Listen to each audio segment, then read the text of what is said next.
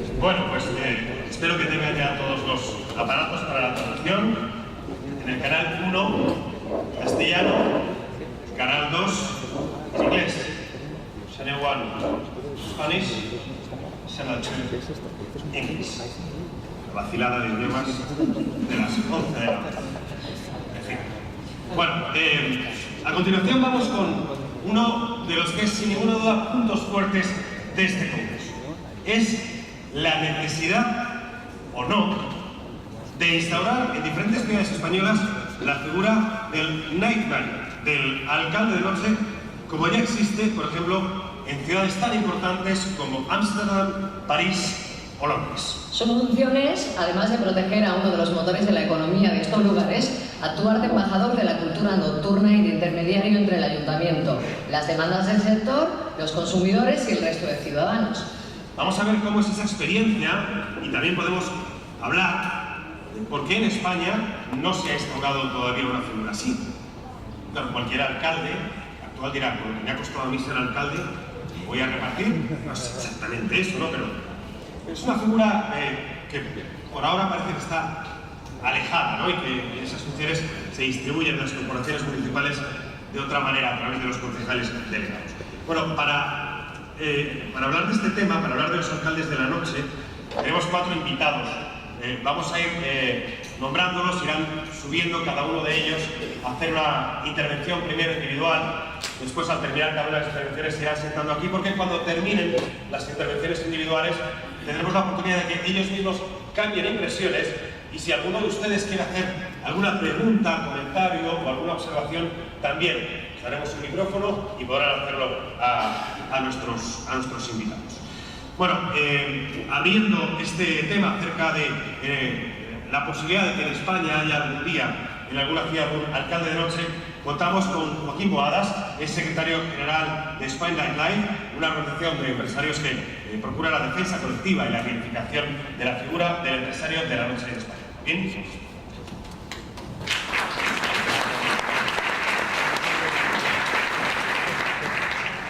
Buenos días, gracias a todos por asistir, gracias a todas las autoridades aquí presentes, también pues a múltiples empresarios venidos de todas las zonas de España, director general de España, delegado de Turismo de Sevilla, el resto de autoridades que vienen de toda España, también gracias a los sponsors por haber hecho posible este evento. Voy a hablar un poco en español, un poco en inglés, para que los compañeros, pues el señor Mirik Milan, alcalde de la Noche de Ámsterdam, Night Mayor, Mirik Milan, and Lutz Leichsenring, Berlin's Night Mayor, alcalde de la Noche de Berlín, puedan entender un poco la presentación. Pero bueno, en todo caso, la ponencia de hoy es un tema que es un tema muy interesante a nivel europeo. Es un tema, el alcalde de la noche, una figura que es desconocida en España, pero que es muy conocida en otros países de Europa. Y lo bueno es que tendremos la posibilidad de escuchar de primera mano la experiencia de los alcaldes de la noche de Ámsterdam y de Berlín, para que puedan pues aportarnos luz sobre lo que es esta figura, que muchos pueden pensar que sería como un alcalde proveído de autoridad, pero que no es un alcalde proveído de autoridad, es una figura sin ningún tipo de autoridad, sin ningún poder ejecutivo, y que lo único que hace es ser los ojos del alcalde, diríamos que sí que tiene la autoridad y el poder porque ha sido elegido por sus ciudadanos, sino que es una figura que únicamente pues asesora al alcalde sin ningún tipo de poder ni autoridad sobre temas relacionados con la noche. Entonces, un poco la explicación sería esta. Nosotros nos preguntamos pues para cuándo pues la primera alcalde de la noche en España, aunque no lleva ese nombre, porque nosotros también somos perfectamente pues, conocedores de que puede parecer que esta figura, como se ha dicho antes, pues podría quitar un poco de protagonismo al alcalde, pero por ejemplo una figura como síndico de la noche sería una figura o un nombre que yo creo que todo el mundo aceptaría, y lo importante es que estas personas que trabajan de noche para las autoridades pues puedan desplegar sus efectivos, sus personas que tienen en la calle y que al final se consiga lo que queremos conseguir todos, que es esta pacificación, esta conciliación entre los derechos de los ciudadanos a descansar, el derecho de los ciudadanos a descansar, como ha dicho el delegado anteriormente, y el derecho al ocio o al empresario del ocio, que al final pues mueve muchas personas, mueve mucho turismo y por tanto es muy importante que haya esta conciliación y por tanto tenemos que poner todos los medios posibles y que tengamos a nuestro alcance para conseguir esta conciliación. Creo que la ponencia de hoy, yo únicamente estaré pues, a nivel de moderador, haciendo de enlace entre los ponentes, pero bueno, en cualquier caso estoy abierto a cualquier pregunta después que se pueda generar después de que los alcaldes de la noche de Berlín, Mirik Milan y Lutz Leichsenring, pues nos expliquen las experiencias y en qué consiste su papel en Berlín, por una parte pues, el señor Lutz y por su parte el señor Mirik en Ámsterdam. Gracias.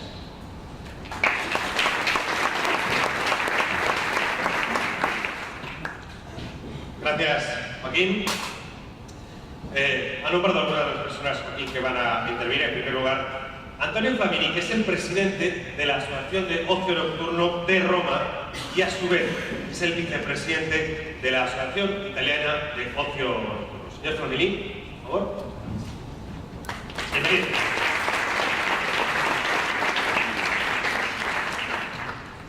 Buenos días a todos. Intentaré hablar español y mi español no es perfecto, discúlpame por eso, ¿no? Yo soy el representante, el presidente de Roma, pero principalmente el vicepresidente de la Asociación de Ocio Nocturno Italiana, que comprende casi más que el 90% de todos los locales nocturnos de Italia. Y también soy el directivo de la European Nightlife Association, donde también la Asociación Española está. Y soy el chairman de la Comisión del Ocio Nocturno en OTREC. OTREC es la organización a nivel europeo que representa no solo el ocio nocturno, también hoteles, restaurantes, bares y todos los públicos de sitios de Europa. Y allí se habla de alcaldes de la noche, y en Italia no tenemos alcaldes de la noche, pero se me habla mucho, estamos muchísimo interesados a la experiencia de Berlín y de Ámsterdam. Y tenemos comisiones por la noche que concernen la seguridad y nuevas y viejas licencias, pero no alcaldes de la noche. Y creo que es una figura muy importante para organizar todas las cosas que suceden por la noche, para organizar horarios y para solucionar problemas que derivan como de alcohol o de orden público y otros. Y me interesa mucho oír hoy la experiencia de Ámsterdam y de Berlín. Muchas gracias.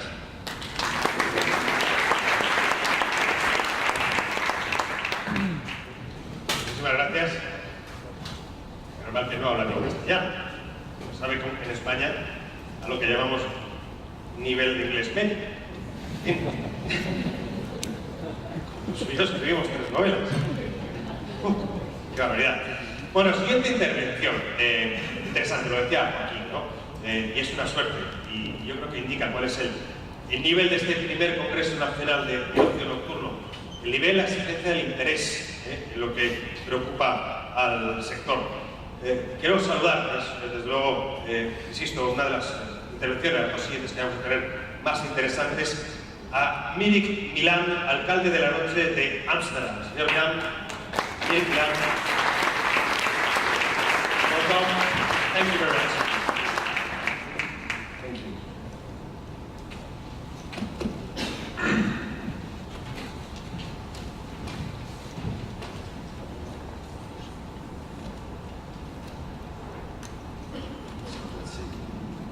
Good morning, everybody, actually. Let me first start with saying that. Let's see if this works.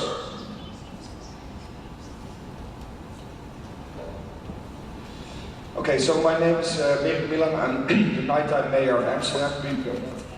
What I wanted to say is, today is a great day. Because I can speak about the thing I like the most, which is nightlife.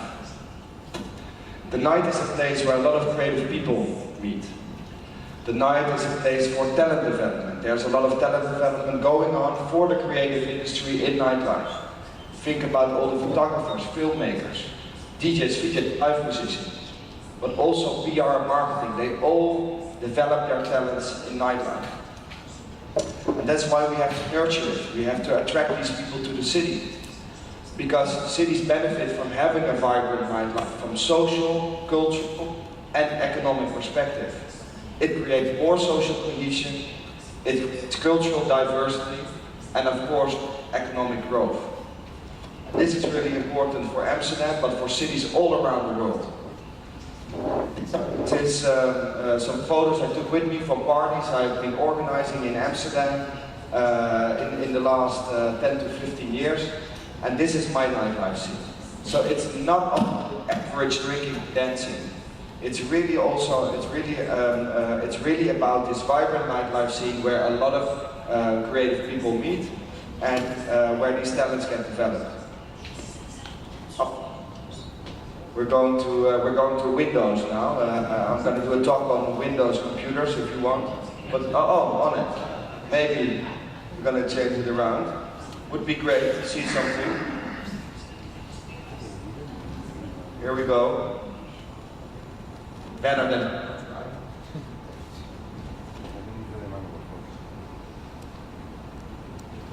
Good. Okay. So the Amsterdam Dance event, really important event for Amsterdam. The electronic music scene in the Netherlands has an annual turnover of 800 million euros on a yearly basis. It creates more than 13,000 jobs. That is a huge impact to the economy of the Netherlands. The Netherlands only has 17 million people living there. And this is predominantly in the Amsterdam area. So this is a huge impact to the Amsterdam economy, and festivals are a vehicle for getting this message across. This is the Amsterdam Dance event. There's 365,000 people attending every year, but there's 90,000 foreign visitors. And what's so interesting about this whole process is that it creates a lot of economic value. 20 to 40 million euro the city earns with this one festival. But what happens, 90,000 foreign visitors, in the end of the day, out of the data from the police, the Guardia Civil, at the end of the data from the Guardia Civil, it said that there was not busier for them with law enforcement than a regular Saturday night. So what does that mean? When people are more engaged and are more likely that they really come for a certain type of music, whether it's live music, electronic music, they are more likely to behave better and will take better care of the city. And I think this is an important message. But we always say you can't buy creativity, you have to nurture it, and it really has to go from the bottom up. And I will skip to this one a little bit quicker because this is something which is only happening in Amsterdam, and cities around the world are seeking to create more urban space. Amsterdam is really good at creating cultural incubators in old factories, which are factories or offices which are the outskirts of the city, and they invest big time in this.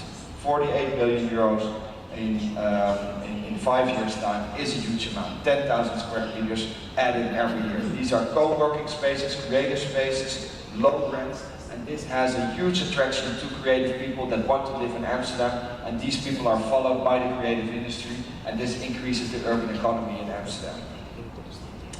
So, what we always say no is the first step to yes, because we have to rethink the way we approach city governments.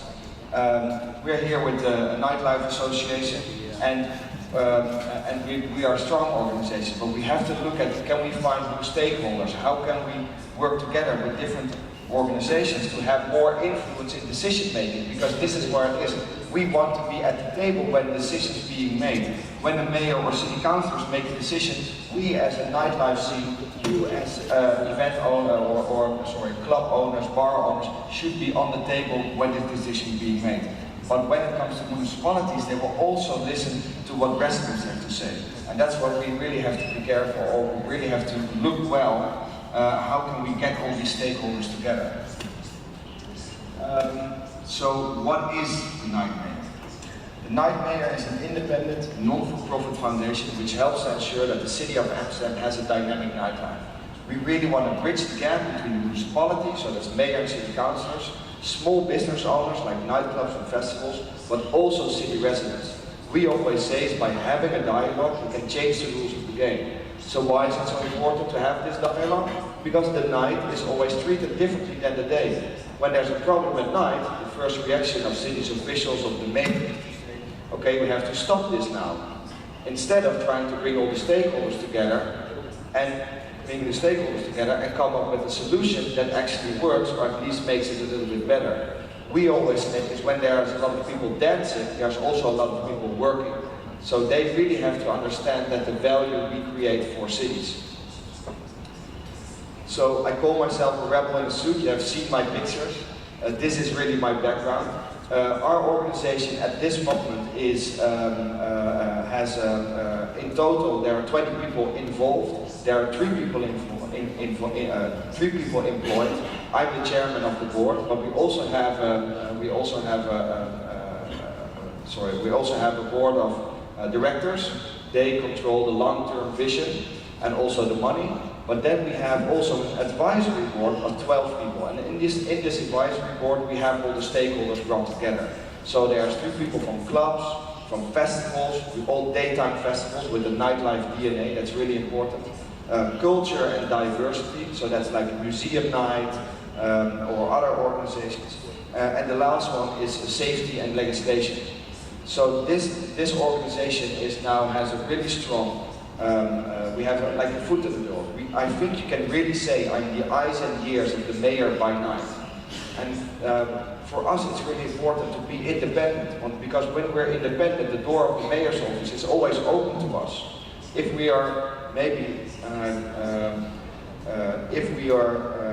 what I see happening in Amsterdam, that the Association for Hazardous Hospitality is also, of course, really strong. But we also have constant access to all the people, so we know before policy is being made, we know what's going on, because the city also understands that we will also listen to what the residents think of it. And really getting everybody into this equation, really working on this ecosystem, making sure that everybody is on the table is really important. So we always have like 4 steps that we take when we want to approach a situation. At first we want to connect people, bring people to the table and speak to each other, finding out what are the things that we need to take care of.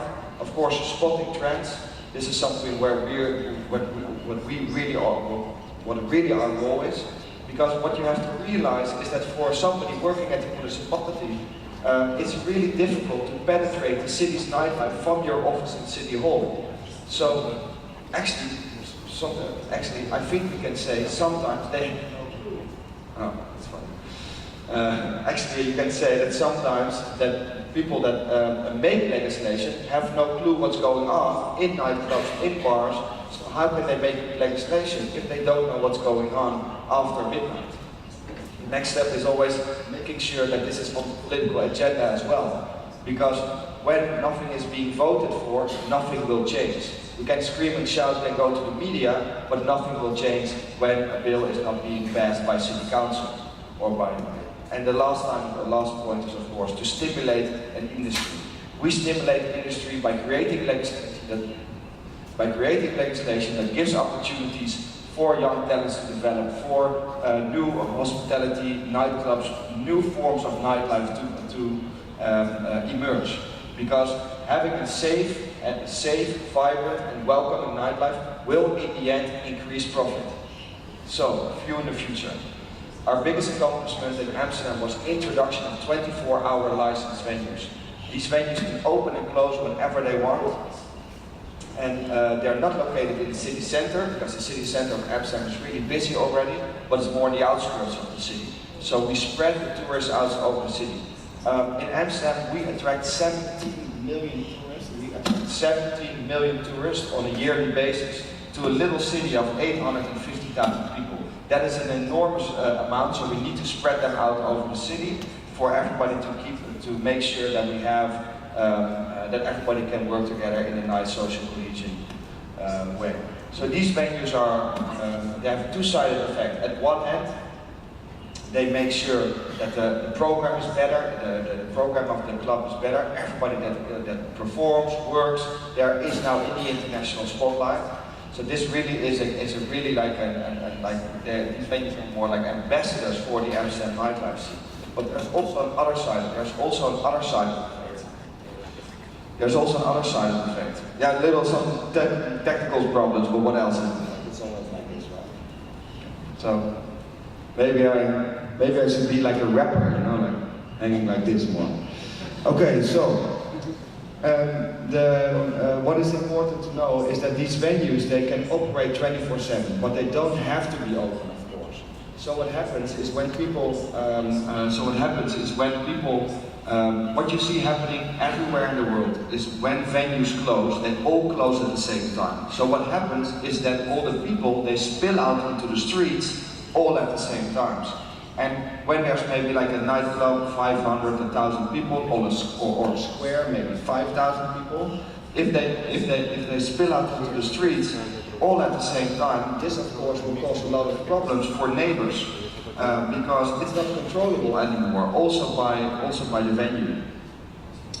So these venues make sure that also the people that live around these venues benefit from the fact that the venue is there.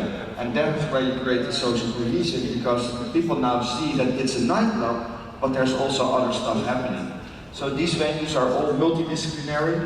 They have a bar, they have a gallery, they have of course a nightclub, they have co-working spaces. So there's a lot of stuff going on, and they also have made really strong alliances with museums, with creative industry. So there's a lot more going on than only drinking and dancing. And I think this is really, this makes it into a unique and new approach to create new hospitality opportunities. What I would like to tell you also about is this project we're doing on Rembrandtplein. Rembrandtplein is a heavy dance nightlife area which you can see in a lot of cities around the world. It's just a regular square, a lot of hospitality, a lot of bars, and we started this pilot, a 3-year pilot. This pilot is called the festival approach. And why is it called the festival approach? Because what you see on a festival, you will have maybe 10,000, 20,000 people, and at the end of the day, you had maybe one guy or girl being caught for pickpocketing, and you had one fight. So we were thinking, together with the University of Amsterdam, how can we, is it possible that we create this same welcoming and safe environment also on a nightlife square? A nightlife square where residents feel safe, where patrons are using the streets and using the public space in the right way, and have respect also for the neighbors as well. So there's 3 steps. We created house rules, and also installed Square Host. Also we created a mobile website. This mobile website, I will speak about it a little bit more, but also we really looked at the public space as well. So these are our Square rules. I don't know if you know what this is. Let's see if this works. Okay, it's here in English. So this is a bike lock in Amsterdam. And that's important for us because the Amsterdammers, they don't park their bicycle in front of the door, but in the door, because that's the way we approach things. So we really have to educate people to behave better when it comes to nightlife. We installed these guys. They're really nice. These are the Square Host. It's a public-private funding. So the operators in this district, the hospitality operators in this district, are putting some money together, and the mayor wants to double this money. And with this money, this pilot project was set up. The Square Host, they help patrons when they come out of the nightlife spot and they maybe feel ill, or they don't know where to go, or they want to know where the best spot is to go out. They help them, so they are your friend, but they also try to keep you out of trouble. Because, for example, you can't drink on the street in the square. So what will happen is that the Square Host will say to a patron, "Hey, watch out! The police is around the corner. Maybe it's a good idea that you put it away." So What is really interesting about this project is that we also took care of the public space as well, because the public space is as important for influencing people's behavior as are all these rules and all these other regulations. So we really believe that you will only influence people's behavior from the grassroots up. And that's why it's so important for the municipality to have support of the hospitality industry. Because only together you can influence the behavior of people, and you will make it more welcome, make it more safe and welcoming for also residents and also for patrons that visit these areas. So before I finish off with where we are at this moment, the last thing we installed was a web app, like a mobile website, really simple web app. And what it did, it made possible for city residents to report their complaint when there's nuisance of any form, whether it's noise, whether it's people shouting, taxis in front of your door, honking their car horns, people sitting on your doorstep, all these kinds of things. This web app makes sure that people could report their complaint, and it would go directly to the first community officer or law enforcement person, which is in the neighborhood. So that makes that there's a really direct communication between law enforcement and also city residents in this area. This is not for the whole city, but it's only in this business improvement district, so in this area. And because what happens really often when people pick up the phone, it's when people pick up the phone and it's like 2 a.m. Then you get on this phone and the city will send somebody down, not on a Friday night, but on a Tuesday afternoon, and then you will get a report saying, hey, we have dealt with your complaint. So this is really frustrating for residents. So this website, some people say that live in this area, it really changed my life, and I think that is a really good goal. So before I close off, we did a Night Mayor Summit in 2016 in Amsterdam. There are now more than 10 night mayors in the world. Sometimes it's a political organ, sometimes, like for example in London. London has a night czar that is directly under the mayor. We are an independent non-for-profit. The Club Commission in Berlin is also really strong because they have all the members and working also from both sides. So it doesn't really matter what kind. Of dialogue we create, but we need to make sure we're on the table. So in the end, this will also increase profit, but will also make sure that we have this vibrant and good city. I will close off with this by saying these are the most important outtakes from our last Night Mayor Summit, and we're going to do this event in 2017 in Stockholm in September. So you're all very much invited, and thank you for this moment.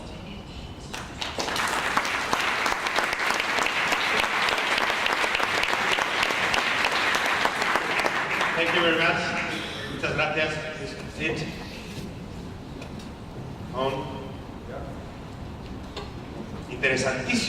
Interesantísimo el ejemplo de Ámsterdam y algunas de las cosas que ya estaba, que Mirik Milan ha dibujado, ¿no? Se puede ser alcalde de la noche, pero bueno, llegar a ese puesto de diferentes maneras, vinculado directamente a la autoridad municipal o de una manera independiente. Y alucinante, 48 millones de euros en un plazo de 5 años se han invertido. Eso es mucho dinero, creando espacios públicos. Algunos estábamos pensando y comentando, y aquí en España, en muchos sitios, a lo más que hemos llegado es hacer un botellódromo, por Dios. En fin, espero que todos tomemos nota, ¿no? Y que si esto es al final exigible como ciudadanos, lo podamos exigir, y las personas vinculadas al sector del ocio nocturno, pues también lo pidan a las autoridades. Vamos a seguir profundizando en esto con otro punto de vista, también europeo. Es el alcalde de la Noche de Berlín, a quien damos la bienvenida, Lutz Leichsenring. Bienvenido, Juan.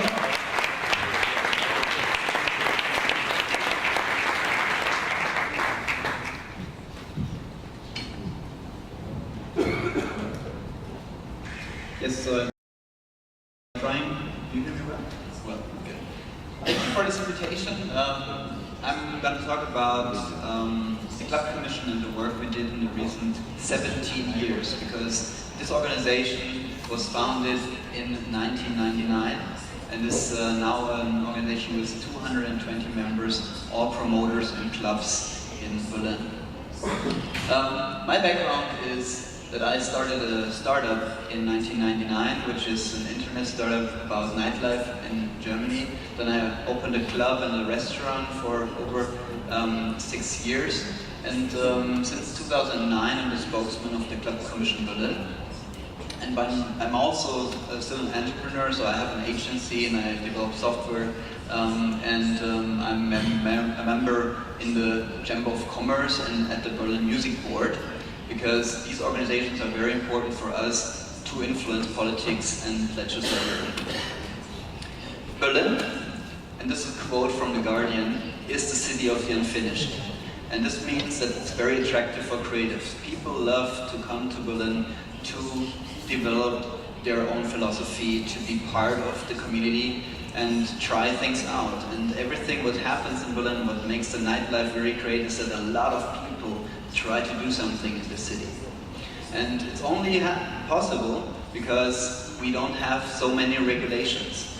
And the work you do and Spain Nightlife does is very valuable for the city. And in Berlin it started in the year of 1949 when Heinz Sellmeyer, he was the representative of the Organization for Bars, Hotels and Restaurants. He talked to General Hawley from the Allies right after the war, and he said, it's not possible that we have a curfew at 9 p.m., that the bars have to close at 9 p.m. And the general said, well, he talked to the British people, to the British, and he talked also to the French, and they said it's a security issue, we cannot close the bars later. And then Sellmeyer said one important thing, he said, you know what, when German people have to leave a bar at 9 p.m., you have a security issue. And that's why since 1949 we don't have any curfew in the city, so we have a 24-hour city, and that is a very big issue for having a vibrant nightlife in the city. But we also have space, because space is the second very important part of having space to develop ideas, which is affordable, where people just can fulfill their ideas. And we are very pleased to have, since 1989, a lot of space in the city center. When the wall fell and a lot of space was there, and people just went there and did something, opened venues, did events in abandoned places as well. So the organization I'm representing is the Club Commission. We are a network lobbyist. We consult the city, but we also help in legislature, and we offer as well tours through the city where we show how the city changes, create awareness, and help decision makers to do the right decisions when it comes to supporting the local scene. And there's a lot of things to do, because when you look at the club and all the neighbors and real estate developers, politics, administration, a lot of people have to be taken care of, and it's not possible for just a club owner or a venue promoter to take care of all these issues and people, because you have to focus on what you love and you do. So our organization is focusing on three things. It's access, awareness, and education. Access, that you have access to the decision makers, to public, to journalists, press conferences, etc. But also awareness, that we show how important the scene is for the whole city and how it influences. When you talk about what is the cool, vibrant, urban nightlife of Berlin, it's probably not shopping malls, it's probably not hotels, it is the people who do content, the people who are developing ideas, and that's what we try to create as an awareness. And the third part is education, because not everyone in this branch studied or learned what they do, so they have to network, they have to learn from each other, and you need platforms to do this. And that's what the Club Commission is as well. So our goal is not to rule into the single developer, the single club owner and tell them what to do. We try to create frameworks that they are free to do whatever they would like to do. But we're not very comfortable, we are uncomfortable. We are an organization which also goes on the street, and you can see here, we went on the street with Roger Waters from Pink Floyd and the Hoff, David Hasselhoff, and by the way, this is me. So what we do is, we are right in the front, and we also go on the street when we see that the developments are not very positive. And in this case, they want to build a new luxury housing right in the middle where a lot of clubs are around, and we could see the development that the clubs have to be shut down as soon as the people move in. But we also are a network who invites, and this is the table which we did last year, and we invited 200 club owners and promoters to sit at one table and invite also politicians to talk and to get to know each other in this nice venue, which is called the Kraftwerk in Berlin. And we made it happen that we had good arguments for politics, that we are the ones who make it happen, the tourists coming to the city. So when the government introduced a new tax, a city tax, which is on tourists, we could make it happen that some of the money is also going back to our organization. And because it's about 28% of the tourists who are coming because of the nightlife of the city, we said, okay, you earn about 30 million by the city tax, we want 1/3. Well, we didn't get 10 million, but we got at least 300,000. And this is also a lot of money when you compare it to other cities. So arguments, but also having close contacts to politicians, to decision makers, is a very important part of our job. And we can say that in all political parties in the Berlin Senate, we have one person who calls themselves the club spokesman. So we made it happen that the more dialogue we have with political parties, the more they had to be professional themselves to talk to us.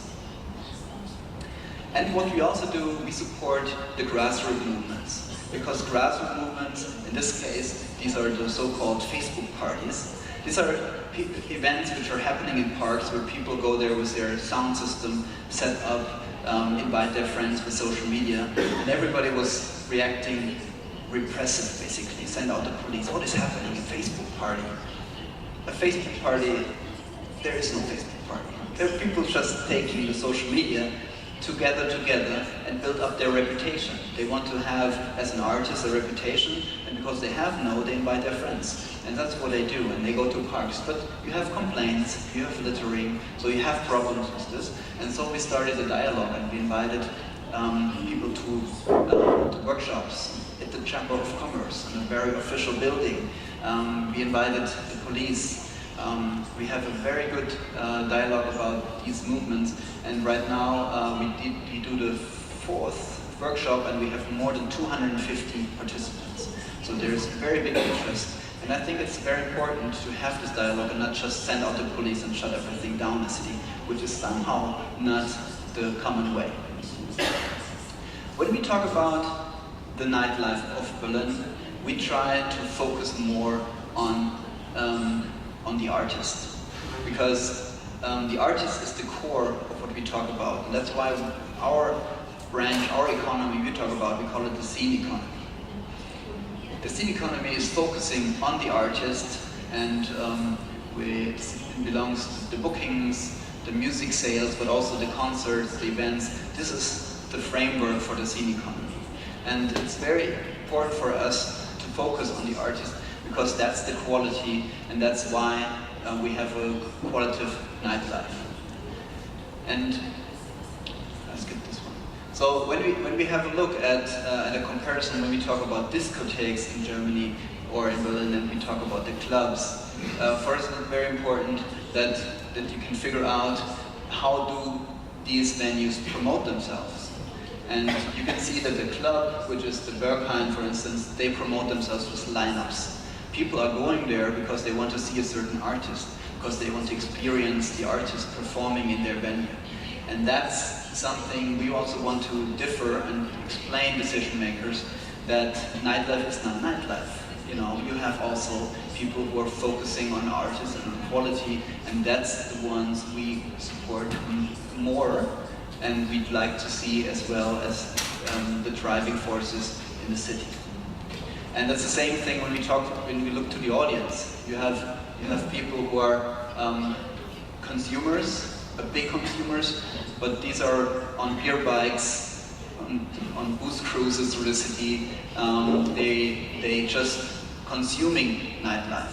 For us, it's also important that people are participating in nightlife and are interested in buying a ticket and want to see a certain artist, in adopting trends. And it's very important also for us as a nightlife team to attract those people and not just consumers. Because when you have a creative scene in a city, which is maybe excessive, maybe resisting, maybe not very comfortable in the city, from these people, innovations are coming. They're doing things which not regularly, which is not the way everybody else is doing them. And that's when you create innovations. And for us, it's very important to figure out who are these players in the city and how can we support them, that we get a vibrant and also in the next years a scene which is developing from the bottom up and makes interesting offers. And on the last slides, I would like to introduce you to a new project which is actually supporting this idea. Because the space in the city is very, there's a big fight right now in Berlin about spaces. Developments are happening, money is coming from the outside, and space needs to be affordable to be developed in an innovative way. And so, to shape the perception of the city and to be still a tourist attraction, of course it's important to find a model to how can we measure space and how can we see developments to a negative or a positive. Is it just about conserving what we have, or is it also that we want a changing city? This is the question we ask. And we saw that in the carbon footprint and ecologically, there is already a good example.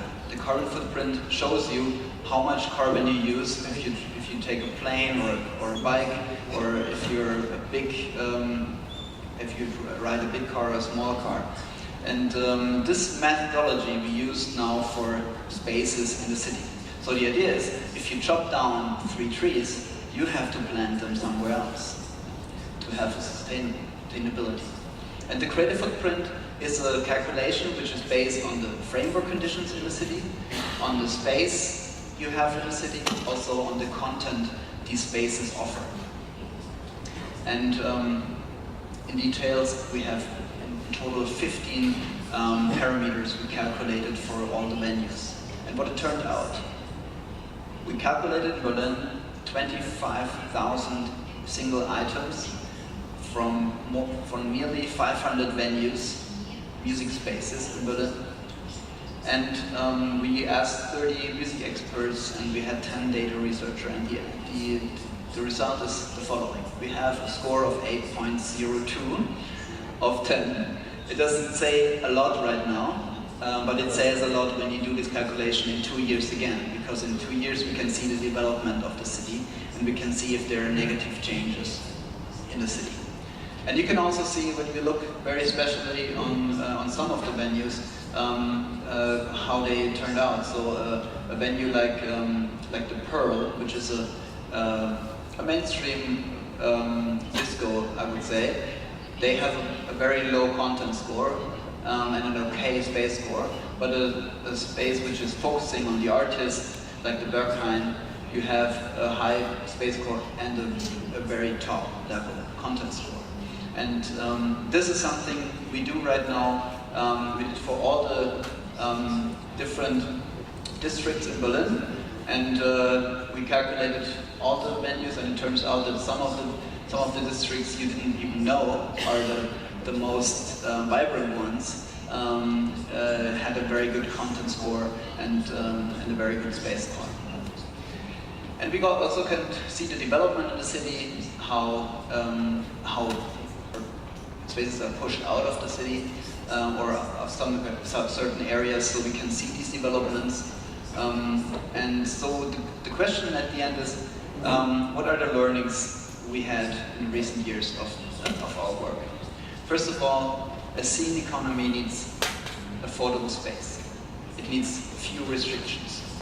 We need doers in the city. We need to attract the talents, and we need to keep them in our cities. And we hope that they have unconventional ideas to create their own individual, special nightlife. And we also need tourism, but we don't need mass tourism. We need people who also understand what this nightlife of Sevilla, of Barcelona, of Madrid is about. And what can we do to support the scene? We have to step out of our own bubble. We have to talk to decision makers, to real estate developers, to people who are in charge. We have also to buy property. It's easy to say, but at the end, it's not getting cheaper. So we have to find models also to buy property and not be dependent on rents.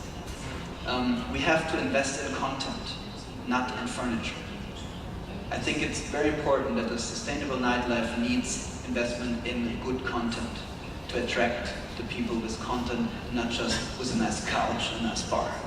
It's also important, but it's not most important. We have to do everything which prevents noise, because neighbors are complaining more. In Berlin we have much more engagement by neighbors. It's, you need to have this dialogue, and you have to find ways how to prevent noise as much as possible. You have to collect data and arguments. So the great footprint could be a way of collecting data and having good arguments how the city changes and how to prevent important spots in the city. And we are the nightlife scene. So we can also go out and protest and oppose. It's not like that we just have to be the ones who have to say yes and go home. I think it's very important for us also to show that we are shaping the cities, and we are the ones who are actually the most attractive part of cities as well. And how can cities, and here are some people who are making decisions in cities, how can you support the city economy? Monitor your creative spaces, know where they are. That's a very important part which most of the cities don't even know. Don't ever over-regulate nightlife. As few regulations as possible. Provide public space also for grassroots projects, because these are the newcomers and they need space to try out and to error. We made this happen in Germany. We gave live music venues a cultural status. So you can also compare them to theaters or to operas nowadays. And you have to try to get all the profiteers, like the real estate developers, also into the dialogue, and not just let them earn the money. You also have to tell them, if you are profiting that creatives are developing your spaces and the areas, you also have to give something back to the city. And last but not least is, don't create bottleneck positions. So it's very important to have people like Mirik, people who open doors and to create awareness, but you also have to have Spain Nightlife and other organizations to create agendas and to have a broad support and not just rely on one person who you think is doing the job for you. Thank you very much.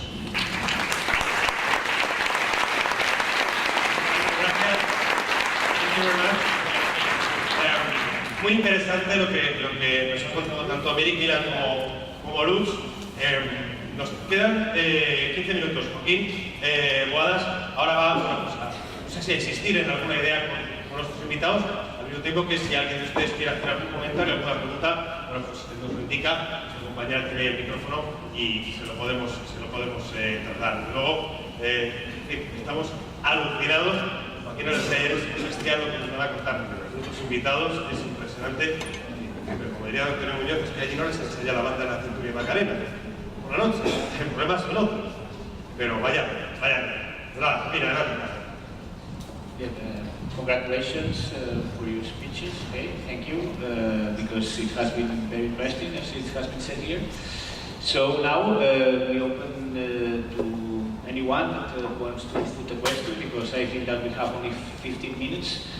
Okay, Antonio, thank you for your speech too. And the thing is that if anybody has some questions, si alguien tiene alguna pregunta, ¿Puedo formularla? Antonio, ¿tú querías empezar? Empiezo con una, ¿no? Hablo un poco español y un poco de inglés me gustaría saber el alcalde de la noche cómo es electo, la elección, the election of the mayor of the night. Si es nominado del gobierno de la ciudad o si proviene del sector de la noche.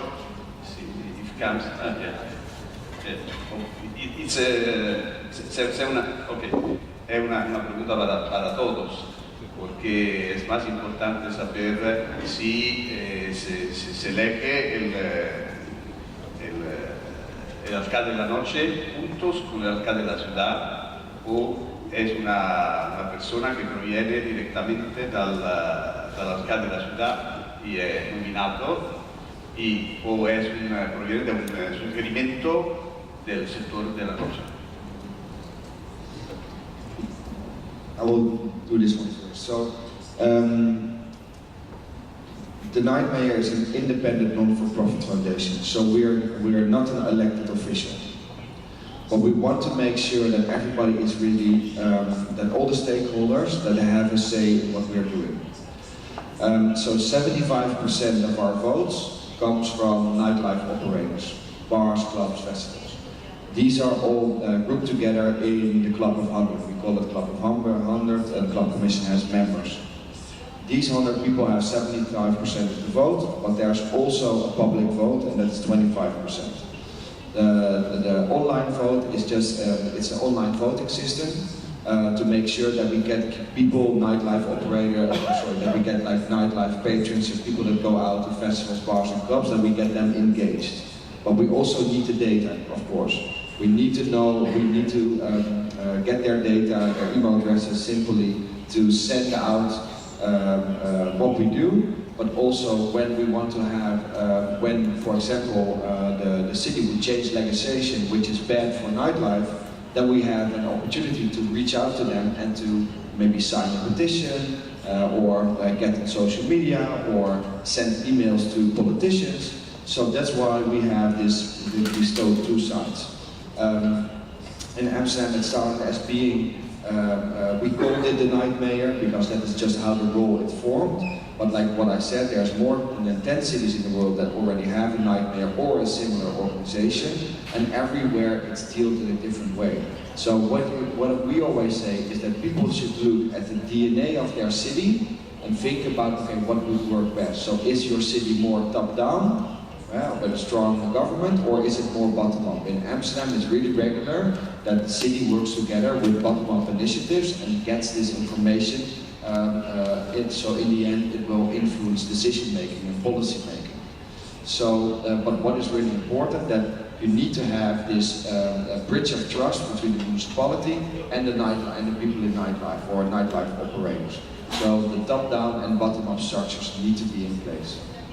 Okay, and what about Berlin? In Berlin, we have our members who are voting every 2 years. So you can get re-elected as an executive board and as a spokesman. But to say that there's also another model in London where you have an appointed night mayor or night czar by the mayor of London, and this person is taking care in charge of the city hall. So there are different models from bottom up as a club commission to a mixed structure in Amsterdam to only a top-down organization in London. I think in Berlin we're pleased because we do this for many years now. So we don't need this person on top because we have access to all decision makers. But in a city where you don't have any access, it's also very good to have a person you can address your needs to. Okay, thank you. Just one little thing and then close on. Only 5 minutes. Okay. Questions? Okay. Oh, sorry. Oh yeah, our organization is funded like 50% by City Hall and 50% by entrepreneurs in nightlife. Okay, thank you. ¿Alguien tiene alguna pregunta para hacer a... Sí, Ramón. Un micro, por favor, sí, para... Está yendo el micro, va para allá.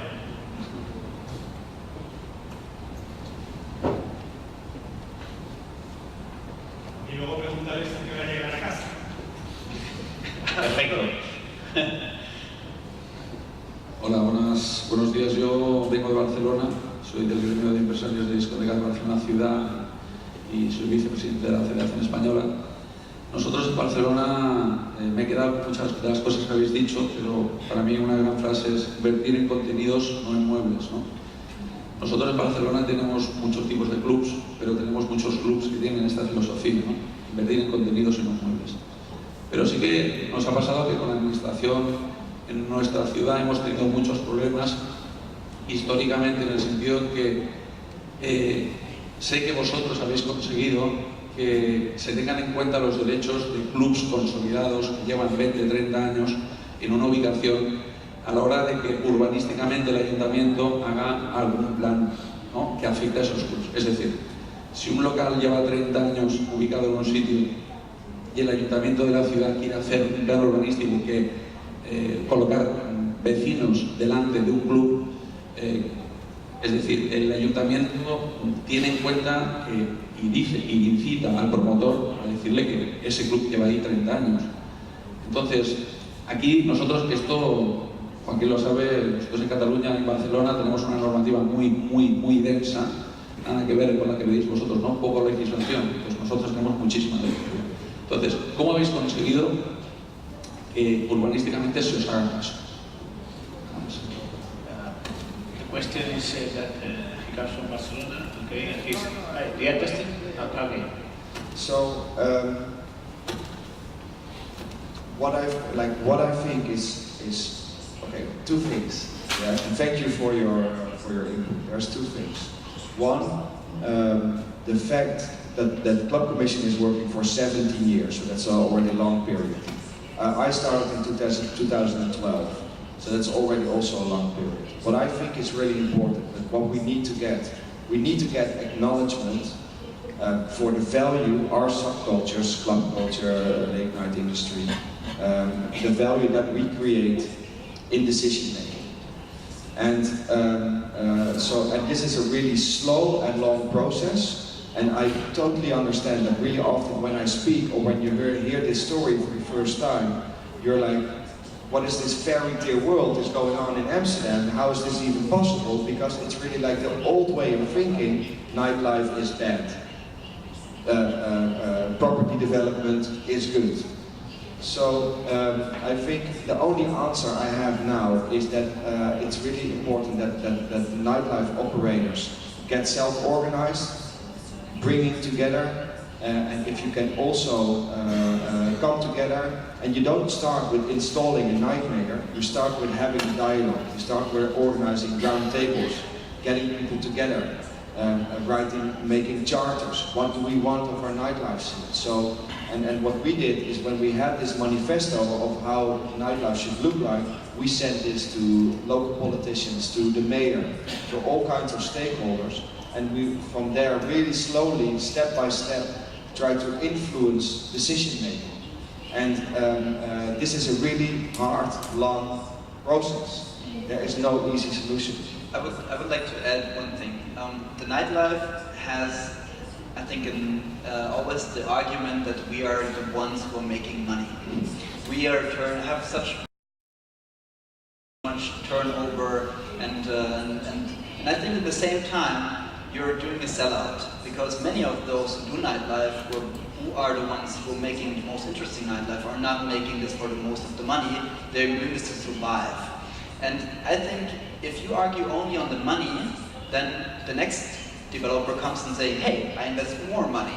And then the startup scene comes and the digital industry says, hey, we are coming with much more money, and you're arguing only on the money. So I think it is to be argued on a cultural way.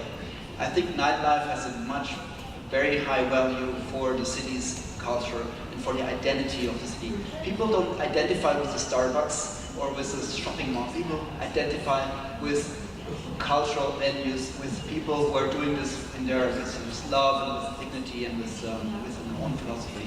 And I think you should try to start to argue on a cultural level in saying we influence other branches, we stimulate them, we stimulate tourism, we stimulate real estate developments, we're stimulating startup scenes, because the startup scenes is not coming to Barcelona when you have that nightlife scene. They're going somewhere else. So this is something you have to say, argue that you are the ones who are attracting the city, and that's why you need those spaces in the city center. ¿Tendríamos tiempo para una última pregunta? Si alguien quiere. Hola, buenas. Soy soy de CNON, es la Asociación de Círculos de Ocio Nocturno de la Comunidad de Madrid, soy su asesor jurídico. Yo les quería preguntar cómo se consigue la desregularización legal, tener poca normativa. ¿Cómo se consigue eso? ¿Por qué? Porque básicamente estamos totalmente reglados. O sea, cualquier cosa necesitamos, tenemos una normativa que básicamente nos comprime, no nos ayuda. In Amsterdam also, it's also over-regulated. In Amsterdam also we're over-regulated, so this question is definitely for Berlin.